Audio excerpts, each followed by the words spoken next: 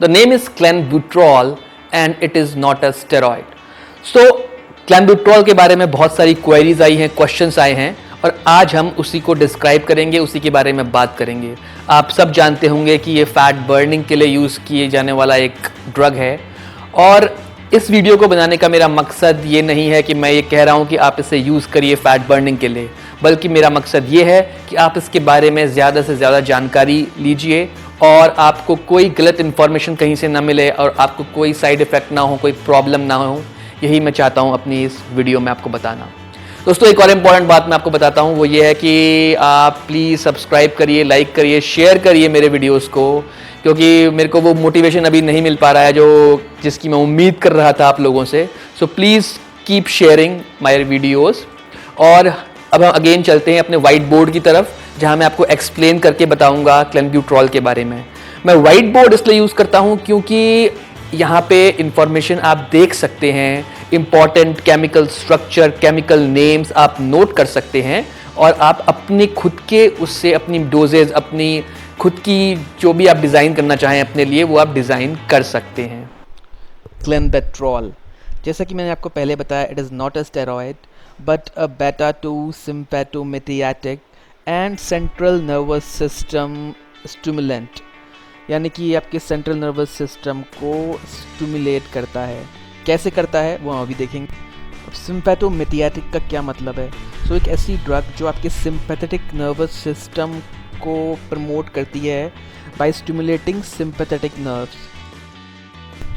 Androgenic beta 2 receptor stimulate होते हैं, जिसकी वजह से मसल रिलैक्सेशन और आपकी वो नर्व्स रिलैक्स होती हैं, जिनकी वजह से आपको ब्रीथिंग प्रॉब्लम होती हैं। तो इसीलिए ये यूज़ होती है ब्रोंकाइटिस या फिर अस्थमा जैसी बीमारियों में, जिनमें सांस लेने में प्रॉब्लम होती है। इस चीज़ को फिक्स करने के लिए, इस चीज़ का इलाज करने के लिए ही क्लेम्बेट्रॉल का आविष्कार किया। इसका एक इंटरेस्टिंग साइड इफ़ेक्ट ये था कि ये फ़ैट लॉस में कैटाबॉलिक थी, यानी कि फ़ैट लॉस को प्रमोट करती थी और आपका जो मसल था उसको बचा के रखती थी, उसके लिए ये एनाबॉलिक थी। इसीलिए इसका यूज़ बॉडी बिल्डर्स अपने तरीके से करते। ये आपकी बॉडी के टेम्परेचर को हल्का सा बढ़ा देती है, जिसकी वजह से आपका फ़ैट लॉस बढ़ जाता है, आपकी कैलोरी जो होती है वो ज़्यादा बर्न होने लग जाती हैं। और दूसरा एक और रीज़न जो दिया जाता है वो ये है कि आपके फ़ैट को ब्रेक डाउन करता है और आपकी बॉडी को संदेश देता है कि एनर्जी के लिए वो पहले फ़ैट को यूज़ करे और उसके बाद ही वो आपकी मसल को यूज़ करना स्टार्ट करे।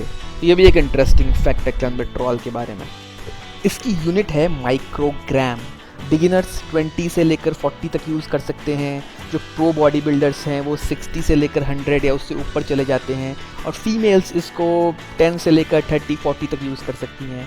इसे स्टैक किया जाता है जनरली T3 के साथ, और T3 थायराइड के लिए यूज़ किया जाने वाला एक ड्रग है और अपने हिसाब से आप इसे अपने साइकिल के अंदर या अपने डोजेस के अंदर यूज़ कर सकते हैं। कई सारे हॉलीवुड स्टार्स का नाम इसके साथ जुड़ा, वो न्यूज़ में आए, जैसे कि ब्रिटनी स्पीयर्स एक बहुत फेमस सिंगर्स थी हमारे टाइम की, उसका नाम इसके साथ काफ़ी जुड़ा। और अगर न्यूज़ से की बात करें तो आजकल ये मैडम भी काफ़ी न्यूज़ में हैं, गाना अच्छा गाती हैं शायद। क्लेम्बेट्रॉल का डिटेक्शन टाइम अराउंड 48 आवर्स है, यानी कि 48 आवर्स तक आपके ब्लड में रहता है ये।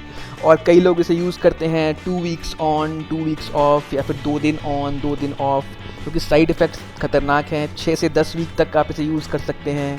तो इस टाइप की डिफरेंट साइकिल्स इसकी हो। कुछ लोगों का मानना है कि इसमें एनाबॉलिक इफ़ेक्ट्स भी हैं, ये आपकी मसल बिल्डिंग में भी हेल्प कर सकता है, क्योंकि एनिमल्स में ऐसा होता है बट ह्यूमंस में ऐसा नहीं है, क्योंकि हमारे अंदर बेटा 2 रिसेप्टर्स एगोनिस्ट जो होते हैं काफ़ी मात्रा में पाए जाते हैं, जिसकी वजह से जब हम इसको यूज़ करते हैं तो थर्मोजेनिक इफेक्ट आता है, यानी कि आपकी बॉडी में हीट जनरेट होती है इंस्टेड मसल बिल्डिंग जो कि जानवरों में होती है। हीट जनरेट होती है तो उसकी वजह से आपका फैट बर्न का प्रोसेस थोड़ा आसान हो जाता है। तो ये इसका लॉजिक है कि कैसे ये फ़ैट लॉस करने में हेल्पफुल है ह्यूमंस में instead as compare to animals. Side effects बहुत सारे हो सकते हैं, आप लिस्ट में देख सकते हैं, बहुत लंबी लिस्ट है ये। So cramps, headache, insomnia. So basically cramps की जो बात करते हैं, जो लोगों को क्रैम्प्स आते हैं तो आप ट्यूरिन यूज़ कर सकते हैं, ट्यूराइन, जिससे आप क्रैम्प्स में आपको थोड़ी सहायता मिल जाएगी।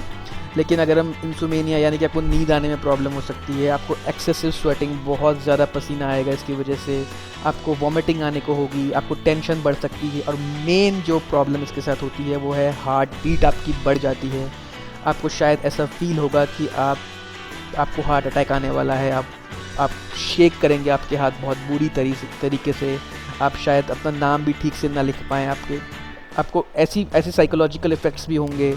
तो इस टाइप से अगर कंपेयर करें तो साइड इफ़ेक्ट इसके बहुत ही डेंजरस हैं, बट फिर भी बॉडी बिल्डर्स इसका बम्पर इस्तेमाल करते हैं। जनरली जब आप 12-13% बॉडी फैट पे होते हो, उससे कम जाना चाहते हो, तो इसका यूज़ काफ़ी ज़्यादा किया जाता है उस पॉइंट पे आके। आई एम नॉट श्योर कि अगर आप बहुत हाई बॉडी फैट में हो तो ये काम करेगी या नहीं करेगी। मुझे नहीं लगता कि बहुत ज़्यादा इफ़ेक्टिव होगी उस पॉइंट के ऊपर। तो दोस्तों ये आपकी पर्सनल चॉइस है कि आप इसे यूज़ करें ना करें, कब करें। I think professional body builders जिनको मैं जानता हूँ वो सभी इसको यूज़ कर रहे हैं, लेकिन वो उनका स्पोर्ट है, वो उनका गेम है। अगर आप नॉर्मली अच्छा दिखना चाहते हैं तो आपके पास बहुत अच्छे ऑप्शंस हैं इसके अलावा यूज़ करने के लिए। तो कोई क्वेश्चंस हों, क्वेरीज़ हों, आप मुझसे संपर्क कर सकते हैं। सारी जानकारी डिस्क्रिप्शन में होती है, और इसके अलावा मैं कई जगह जानकारी देने की कोशिश करता हूँ कि आप कैसे मुझसे कांटेक्ट कर सकते हैं। जो लोग मुझसे कांटेक्ट कर चुके हैं वो जानते हैं कि मैं मैक्सिमम आपकी क्वेरीज़ का आंसर करता हूँ। अब कुछ बातें जो मुझे खुद बिल्कुल भी पता नहीं है तो शायद उसके बारे में मैं नहीं बता पाऊँगा, क्योंकि मैं डॉक्टर तो नहीं हूँ, बट अगेन मैं पूरी कोशिश करूँगा। तो लाइक करिए, सब्सक्राइब करिए, फिर मिलते हैं। Thank you.